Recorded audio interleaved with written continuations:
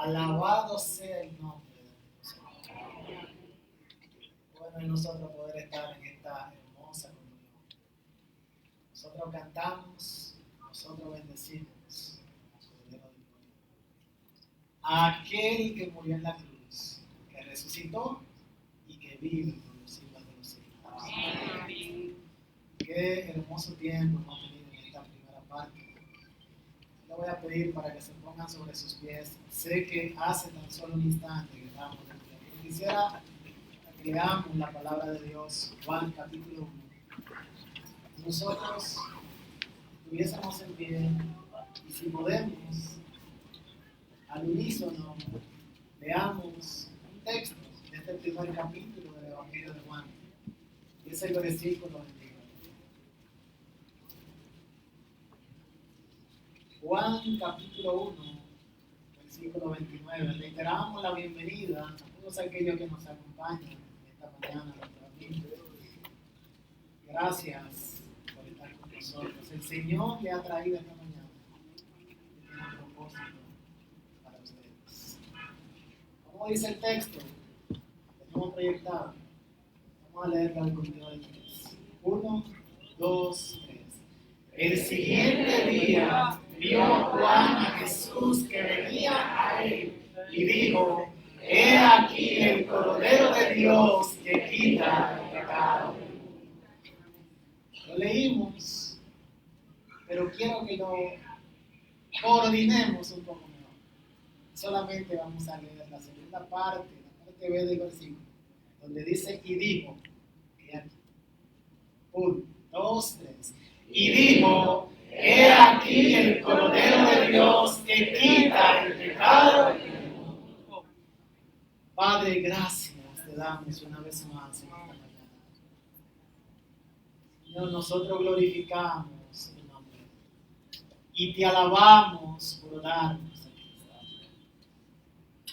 Padre, es nuestro gran gozo y nuestro gran privilegio nosotros proclamar a ese Cordero de gloria.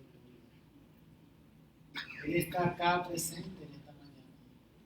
Aunque nuestros ojos físicos no le ven, tu palabra dice que donde hay 2 o más reunidos en su nombre, Él está en medio.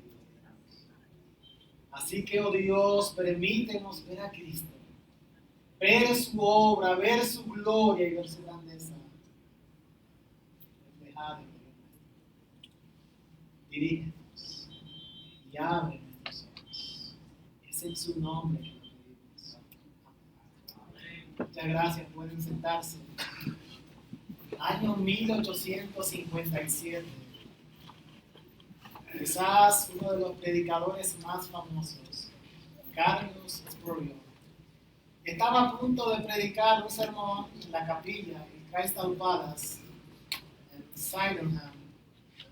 Y él probaba siempre la acústica del lugar. Quizás no había micrófono, hoy tenemos un día.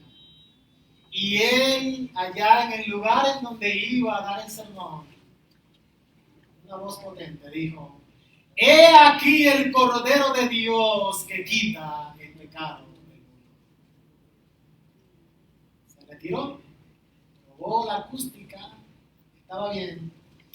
Sin embargo, un hombre que estaba trabajando en aquel local en ese momento escuchó aquella declaración, aquella palabra, y esa palabra llegó al corazón, y aquel hombre entendió que ahora había alguien que había llevado sus pecados y que él podía confiar en él para salvación. He aquí el Cordero de Dios que quita el pecado del mundo. A lo largo de estas semanas, este mes, nosotros hemos estado tratando de dar respuesta a quizás la pregunta más trascendental que se puede realizar el ser humano. La pregunta que puede definir no solo nuestra vida en el presente, sino también por toda la eternidad. Nosotros, los cristianos, creemos que el alma no muere, que está establecido para el ser humano que muera una sola vez, pero está está presente en la realidad de la eternidad. Y es una pregunta que nosotros quizás rehuyamos en un momento determinado, pero que no podemos evitar. Como alguien ha dicho, cada alma clavada contra el muro de la eternidad tendrá que verse obligado a responder esa pregunta. ¿Cuál es la pregunta? ¿Quién es Jesús?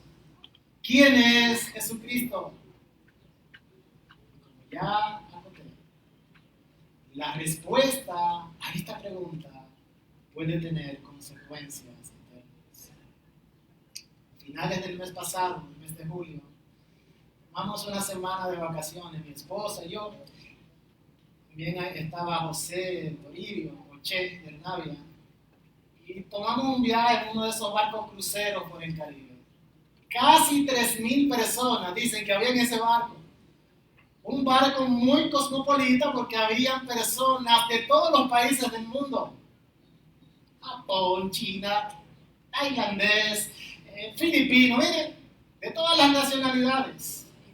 Así que era un escenario perfecto para uno investigar acerca de la persona de Jesús.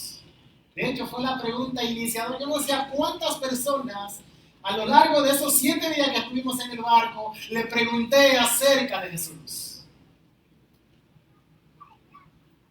Un hombre judío que vive en México, de hecho, él nos contó que era el encargado de 10,000 familias judías allá en México. Hicimos la pregunta: ¿cuál es su opinión de Jesús? Y aquel hombre nos dijo: bueno, es un gran maestro, un gran rabino, pero nada más. Un pakistaní que nos sirvió como camarero a lo largo de toda la semana. Le pregunté a Ali, así se llamaba: ¿para ti quién es Jesús? Y Muhammad Ali, se llama igual que el boxeador, dijo: un gran profeta.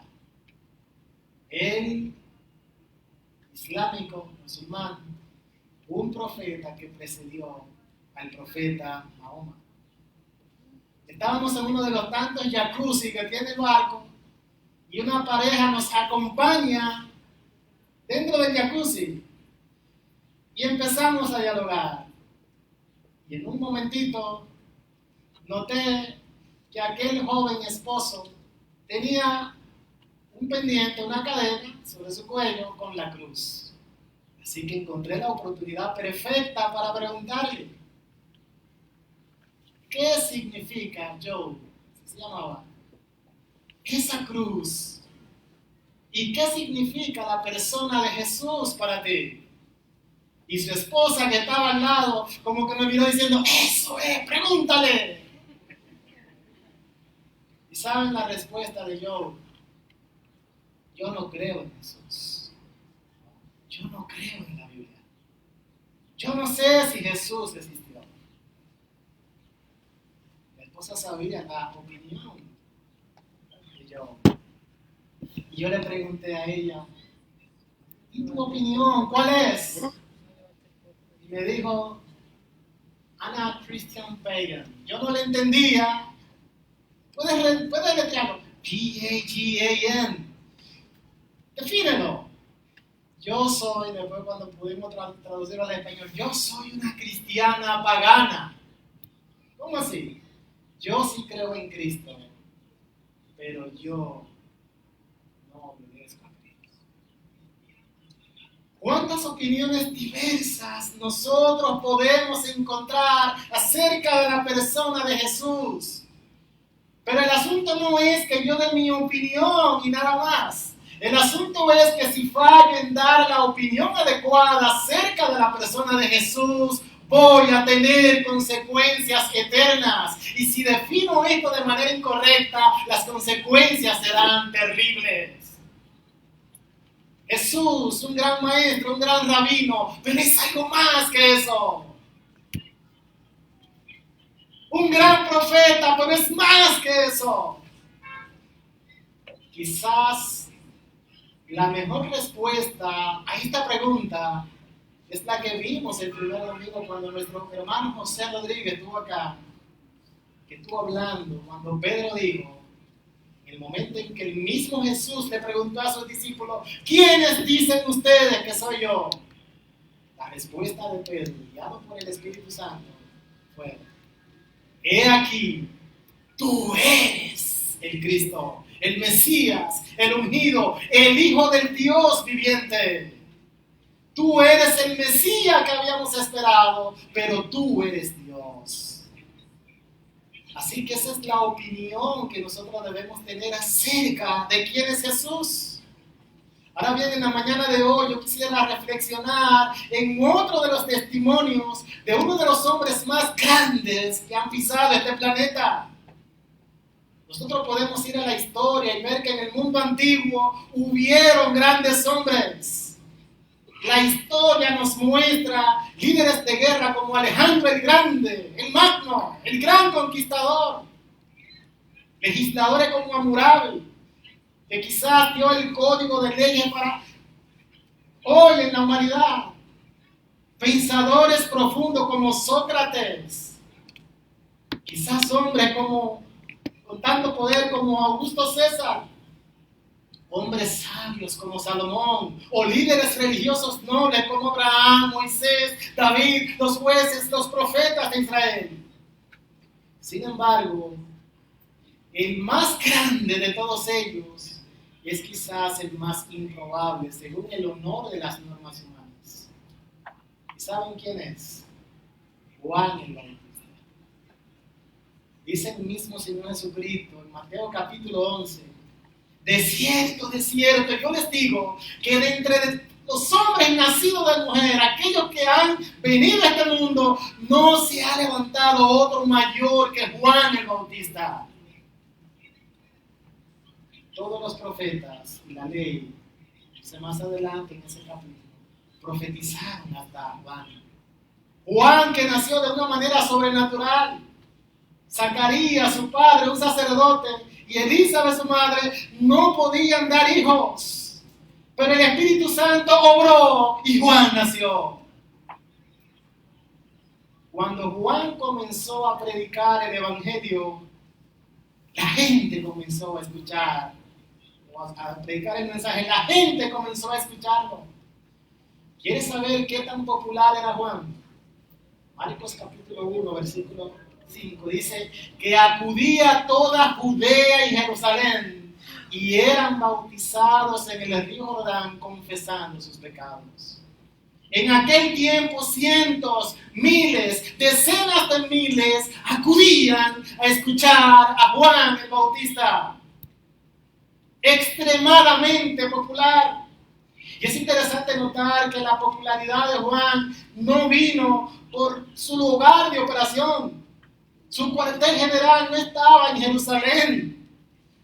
No estaba en un edificio de iglesia o programas de completo servicio. No encontramos en las escrituras que Juan hacía milagros, que estaba ofreciendo comida gratis a los niños o sanando enfermos. No vimos nada de eso. Sin embargo, todos acudían a Juan, el último de los profetas. Y es Juan que sin duda alguna puede darnos a nosotros aquí y ahora un testimonio fidedigno de quién realmente es Jesús. ¿Quién es Jesucristo? Es la respuesta. Y entre otras cosas que Juan puede señalar, Juan dice en el versículo que leímos, el primer capítulo, Juan el Bautista, el primer capítulo del Evangelio de Juan, ¿quién es Jesús? Él es el Cordero de Dios que quita el pecado del mundo. Y yo pensaba en la grandiosidad, en la majestuosidad de esta frase. Quizás si yo no tengo nada más que decir en esta mañana, puedes tomar esa frase y hacerla tuya, meditar y reflexionar en ella. Mi amigo, mi hermano, Cristo Jesús es el Cordero de Dios que quita el pecado del mundo. Y eso proclamamos. Eso le proclamo a mi familia, a mis hijos. Cristo es el Cordero que quita el pecado del mundo. Eso proclamamos en nuestro lugar de trabajo. Eso proclamamos en nuestro lugar de estudio. Eso debe ser proclamado en todo el mundo. Eso debe ser proclamado en esta ciudad. Eso proclamamos en esta iglesia local, en este lugar, en esta mañana. He aquí el Cordero de Dios que quita el pecado del mundo. Ahora bien, antes de hablar un poquito más de esa frase, yo quisiera que nosotros pensemos en el escenario en el cual Juan el Bautista hace tan grandiosa declaración. Para eso vamos a ir, lo que tienen sus Biblias ahí, pueden compartirla con sus amigos, para que notemos que la escena va a iniciar en el versículo 19. Versículo 19 del primer capítulo. Dice la palabra de Dios. Este es, ¿qué? El testimonio de Juan. Él es un testigo. Cuando los judíos enviaron a Jerusalén sacerdotes y levitas para que le preguntasen, ¿tú quién eres? ¿Qué hizo Juan? Confesó y no negó, sino que confesó un juego de palabras, dejando claro, yo no soy el Cristo. Estaban tratando de investigar si él era el enviado, el Mesías, el Cristo, el ungido. No, déjenme dejarlo bien claro, yo no soy. Y le preguntaron, ¿qué pues? Versículo 21. ¿Eres tú Elías? Elías, aquel gran profeta que en el último capítulo del Antiguo Testamento, en Malaquías, dice que antes de la llegada del Mesías, Elías iba a presentar. Y aunque Jesucristo dijo que Juan, o el espíritu de Elías viene en Juan, Juan dice, no, yo no soy Elías. ¿Eres tú el profeta? Deuteronomio capítulo 18, el mismo Moisés había dicho que un profeta se levantaría y que marcaría la senda del Mesías. ¿Y Juan qué dice? No, yo no soy el profeta. Miren, mis hermanos, aquella delegación que está tratando de interrogar a Juan, quizás en este momento se ve frustrado. Una serie de preguntas y Juan, no soy el Mesías, yo no soy Elías, yo no soy el profeta. Y frustrados ante aquella serie de respuestas negativas, surge otra pregunta. Juan, espérate. Si tú no eres nada de eso, ¿quién eres? Para que nosotros demos respuesta a lo que nos enviaron. ¿Qué tú dices acerca de ti mismo? ¿Quién eres? Y miren qué interesante la respuesta de Juan, versículo 23. Yo soy la voz de uno que clama en el desierto. ¿Cuál era el clamor de Juan? Interesen el camino del Señor.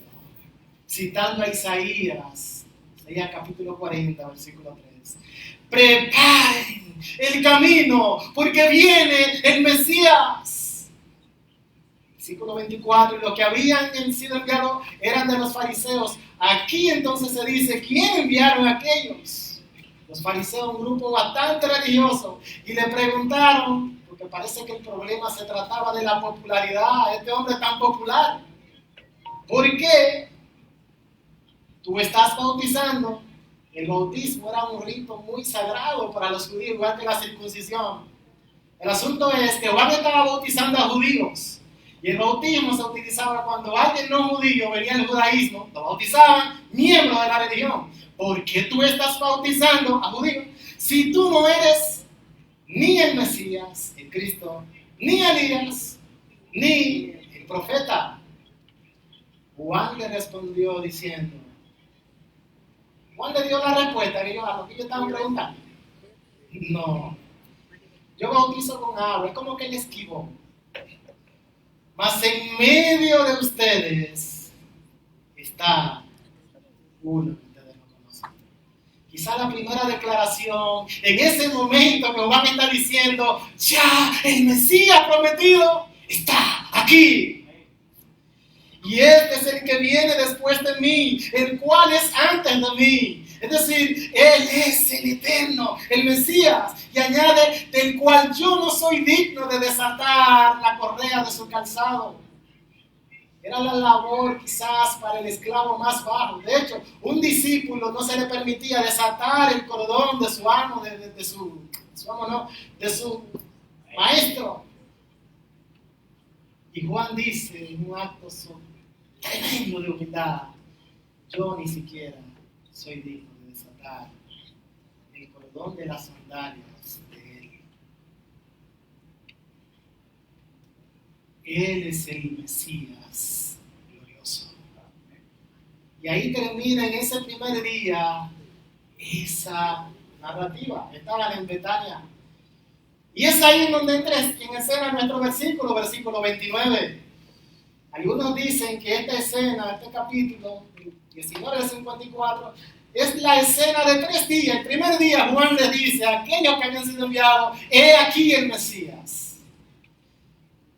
El siguiente día le va a decir, he aquí el Cordero. Versículo 35 y adelante, ese es el Cordero, síganme. Pero en esta declaración, Juan te dice, en este momento, el siguiente día, vio Juan que Jesús venía a él y dijo, he aquí el Cordero de Dios que quita el pecado del mundo. Mi amigo, mi hermano, en esta mañana, como dije hace un momento, yo no puedo tener una declaración más gloriosa, más grandiosa, más consoladora que esta, porque es una declaración de esperanza y es una declaración de salvación. Alguien ha dicho que este es el texto amado por los evangelistas, porque es el texto que puede traer al alma atribulada y condenada consuelo y salvación. Juan, ¿quién es Jesús? Es el Mesías, pero aquí dice que Él es el Cordero de Dios que quita el pecado. Y de manera breve, porque no tenemos tiempo para desempaquetar todo lo que dice Juan en esa expresión, yo quiero que nosotros nos demos 4 cosas. En primer lugar, Juan está presentando a Jesús como ¿quién? Como un cordero que da la idea de sacrificio. Y si usted lo piensa bien, cuando Juan está hablando, como que no tiene lógica entre el pensamiento que podía tener aquella audiencia y lo que él está expresando. Nosotros esperamos el Mesías, el glorioso. Y cuando Juan va a presentar a Cristo, ¿cómo lo presenta? Lo normal es, aquí tu rey, el rey eterno, el majestuoso, el exaltado, el gobernante. Él es el ungido, el Mesías. Pero no. Juan dice, he aquí el Cordero de Dios. Cuando usted piensa en Cordero, yo pienso en alguien inofensivo, débil, manso. Ahora bien, aquel público a quien Juan se estaba dirigiendo entendía muy bien la expresión cuando Juan decía el Cordero. Ellos conocían la imagen del Cordero. Toda la historia del Antiguo Testamento está matizada por la imagen del Cordero. Cuando hablaba con aquel judío que les mencioné al principio, él decía, yo no creo en el Nuevo Testamento. El Antiguo Testamento sí. Y decíamos, pero quizás Jesús es el cumplimiento de todo lo que hay en el Antiguo Testamento. Jesús es el cumplimiento del Cordero, de esa imagen profética. Génesis capítulo 4. ¿Recuerdan la historia de Caín y Abel? ¿Qué hizo Abel? Presentó un sacrificio que fue agradable a Dios. Más tarde Noé presentó un sacrificio que fue olor grato delante de Dios. Abraham ofrecía ofrendas a Dios. En Éxodo capítulo 12 vemos que había un cordero cuya sangre debía ponerse en el dintel de la puerta para que el ángel pasase y esa familia quedase a salvo. Miles de sacrificios se hacían en todas las fiestas de los judíos. Cada mañana, cada tarde, cuando el templo fue creado, se ofrecían animales. Y como alguien ha dicho, el Antiguo Testamento es un torrente de sangre por cual cruza toda la línea del Cordero. Ahora yo me preguntaba, es interesante, si usted analiza, usted no encuentra la razón de estos sacrificios, no da una explicación clara. En Levítico capítulo 17, versículo 11, nosotros vemos que la vida del ser humano está en la sangre. Y es claro que no habría remisión de pecados sin derramamiento de sangre, pero eso de que Dios demanda sangre no aparecía claro en el Antiguo Testamento. Sin embargo, cada sacrificio era un testimonio de que alguien vendría a dar una explicación. Y por fin iba a surgir la respuesta al clamor de Isaac. ¿Recuerdan cuál fue la pregunta de Isaac cuando Abraham lo llevaba hacia el monte para ser crucificado? O ser, no crucificado, ser sacrificado. Pero, papito, hay un sacrificio, pero ¿dónde está el cordero? ¿Recuerdan la respuesta de Abraham? Jehová proveerá. Así que ahora en el Nuevo Testamento nosotros encontramos el cumplimiento de aquella provisión que estaba diciendo Abraham que sería hecha. Juan va a decir a esa respuesta, si se le hiciesen a Juan: papá, ¿dónde está el cordero? Juan dirá: he aquí el cordero de Dios que quita el pecado del mundo. He aquí la provisión de Dios para el ser humano. Y nota que Juan no va a decir: Él es un cordero entre muchos. Él dice: Él es el cordero. No hay otro. Él es el único perfecto. El cordero sin mancha. El cordero sin defecto. El cordero perfecto. El único que puede pagar el precio de la condenación. Así que la primera idea que transmite esto es la idea de que hay un sacrificio. Jesús como cordero. Pero en segundo lugar, si usted nota bien, esto nos habla también de la misión de Jesús. Y he aquí, el cordero de Dios que quita el pecado del mundo. Nos deja ver la trágica situación en la cual se encuentra la humanidad. Hay un problema que Cristo vino a resolver y ese es el problema del pecado. Tan malo, tan trágico, tan destructivo que más adelante dice Lucas que ese cordero o el Hijo del Hombre vino a buscar y a salvar a los que estaban perdidos a causa del pecado. El pecado es la mayor de todas las tragedias. Contemplemos la malignidad del pecado a la luz de lo que Dios tuvo que hacer. Enviar al Cordero, a su Hijo único, para pagar el precio del castigo del pecado. Mis amados, no hay nada de bueno en el pecado. El pecado es la más grande de todas nuestras miserias. El pecado destruye. El pecado destruye la relación unos con otros. La semana antepasada estaba con alguien que me estaba recordando y él me decía: líder, yo no entiendo por qué es que el hombre no aprende. ¿Cómo así?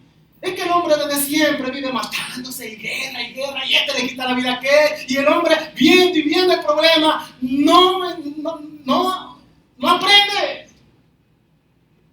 Yo le decía así, mi amigo, el problema es el pecado. No hay nada de bueno en guerras. No hay nada de bueno en que el hombre esté odiando al ser humano, a su semejante, creado a imagen de Dios. No hay nada de bueno en que el esposo le sea infiel a su esposa. No hay nada de bueno en eso que algunos quieren decir, ¡qué placentero es! No hay nada de bueno en que alguien a quien Dios le ha dado sustento utilice ese dinero, todos esos recursos para gastarlo en vicios. Vicios que no solamente destruyen la familia, sino que también pueden destruir tu bolsillo, tu salud. No, el pecado no es bueno. El pecado trastorna todos los buenos propósitos que Dios ha creado, diseñado para ti. Pero ¿saben cuál es el mayor de los males del pecado? Es que el pecado nos priva de la mayor y mejor de todas las bendiciones, que es Dios mismo. Nosotros fuimos creados para vivir en armonía, en relación directa con Dios, pero el pecado nos ha robado eso. El pecado no solamente destruye nuestra relación con nosotros, nuestra relación con el prójimo, sino que destruye nuestra relación con Dios, el mayor de todos los bienes. ¿Y saben qué es lo más grave de todo esto? Que todos somos pecadores. Dice en Romanos capítulo 3, versículo 23, que por cuanto todos pecaron, están destituidos, apartados, alienados, alejados de la gloria, de la presencia de Dios. Y no nos engañemos, porque en bastantes ocasiones uno escuchaba a personas decir, a mí me lo han dicho, yo no sé cuántas veces, pero Juan, yo no soy tan malo. Yo no soy un asesino, un criminal, un violador. Yo no le hago mal a nadie. Mi querido amigo, si tú piensas así, te voy a decir que estás engañado, porque el mismo Señor Jesucristo dice, no hay bueno ni aun uno, solo Dios que está en el cielo. En el Salmo 51, Salmo 14 dice que no hay nadie bueno. El hombre necio en su corazón dice, no hay Dios, pero vive en el pecado. Romanos capítulo 3, versículo 10 dice, no hay justo ni aun uno, no hay quien entienda. Todos se desviaron, se apartaron, a una se hicieron inútiles. ¿Inútiles en qué sentido? En cuanto a vivir para los propósitos de Dios, alejados del pecado. Así que, cuando Juan dice, Él es el que quita el pecado del mundo, se está hablando de la realidad más pesada de todo el universo. Todos somos pecadores. Y a causa del pecado, el hombre está en condenación. Es como un equilibrista que va caminando por una soga, una cuerda, que en cualquier momento puede romperse y perderse para siempre. Caer al precipicio en el pecado. Por eso es que Dios tiene el plan de salvación y envía el Cordero. Lo más pesado del universo es el pecado. La carga más terrible que tiene este planeta es el pecado, hasta un día. Juan, pero yo veo que los pecadores, todos somos pecadores, pero ¿cómo que echan para adelante? Hasta un día Dios jugará el pecador. Ni los ángeles ni los hombres pueden soportar la carga del pecado. Ese pecado que nos hunde en el infierno más bajo. Ese pecado que aquí dice es la causa por la cual el Cordero de Dios viene al mundo. Entonces vemos la naturaleza, la identidad de ese que viene. ¿Quién es? El Cordero. ¿Por qué viene? Porque hay un problema, el problema del pecado, para quitar ese problema. Pero en tercer lugar, Juan deja entrever la efectividad de esa misión, de esa obra, de ese sacrificio. ¿Qué hace? ¿Qué quita el pecado del mundo? Los sacrificios que antes se realizaban en el pueblo de Israel cubrían, apaciguaban momentáneamente la ira de Dios, pero el sacrificio de Cristo quita el pecado una vez y para siempre. Decía Carlos Spurgeon, ese predicador que le dije al principio, este es el cielo para un alma cuyos pecados la arrastran al infierno. El pecado puede ser perdonado. Es perdonado porque Jesús es nada más y nada menos el Cordero que Dios envió para quitar todo el pecado del mundo. Él quita el pecado. Y es interesante pensar, toda clase de pecado, cualquiera que haya sido cometido por el ser humano, por cualquier clase de hombre, de cualquier raza, de cualquier lugar, Cristo quita el pecado. No importa si fue de larga duración, si la criminalidad es espantosa, si es una atrocidad clamorosa, Él quita cualquiera de los pecados.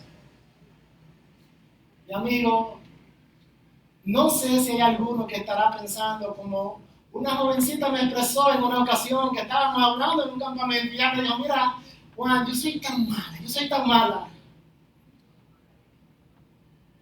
que ni siquiera me puede perdonar, ni siquiera el enemigo. No sé si hay alguien así, pero la Biblia dice que Él quita cualquier pecado. No importan las cantidades de tus pecados, no importa el color, si tu pecado fuera en rojo como el carmesí, vienen a ser como la blanca lana cuando nosotros miramos al Cordero.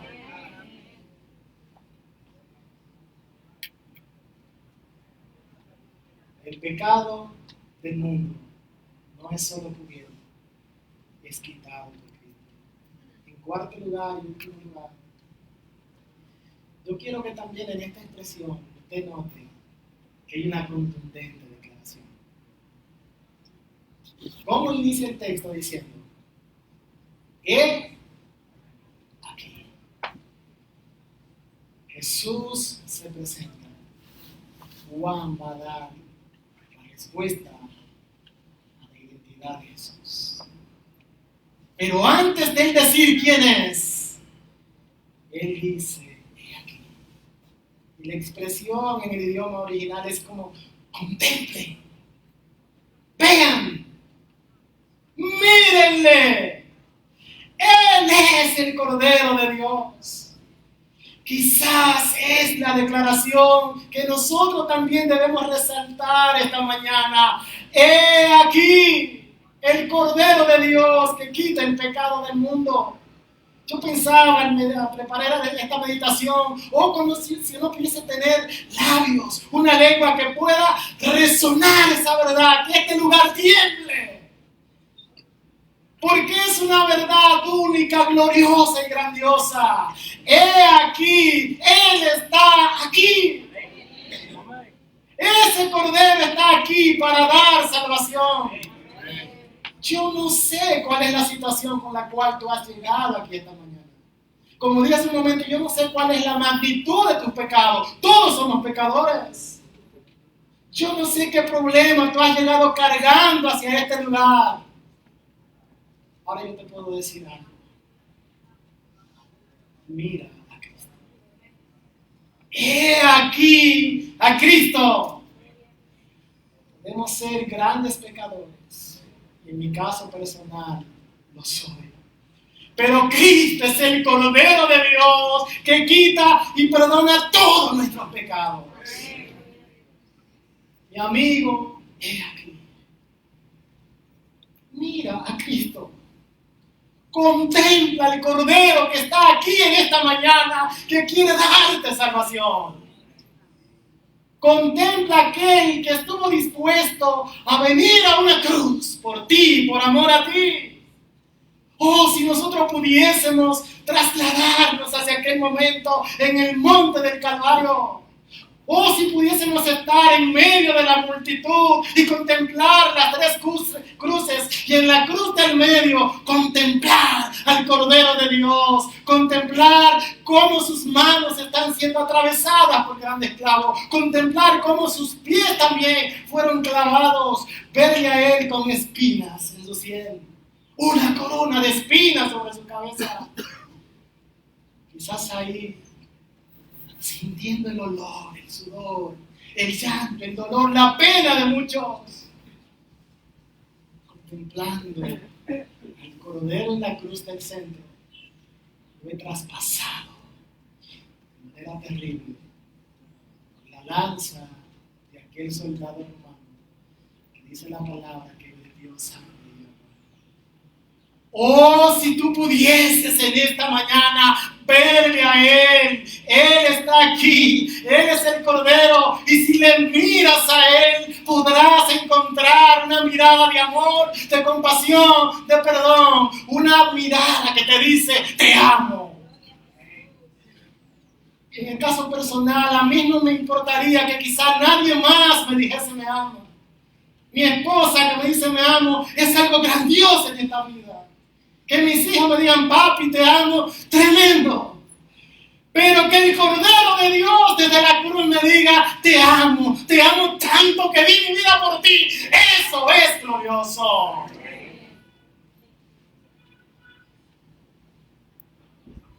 Mis amados, ciertamente yo quisiera encontrar manera de cómo decir, seguir y traspasando esta verdad.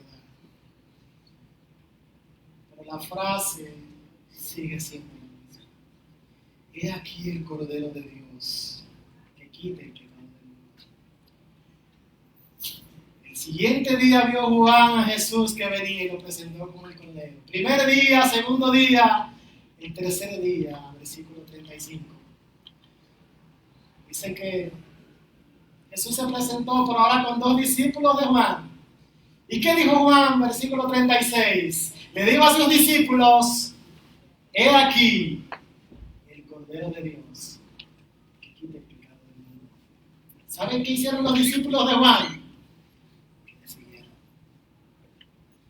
Y la pregunta está latente. No solo es saber que Él es el Mesías, que Él es el Cordero y que Él es Dios mismo. Así como me dijo aquella joven, yo soy Christian Pagan Christian, yo soy una cristiana que creo pero no obedezco. No quisiese que esa fuese tu realidad. Yo te pregunto, ¿quién es Jesús para ti?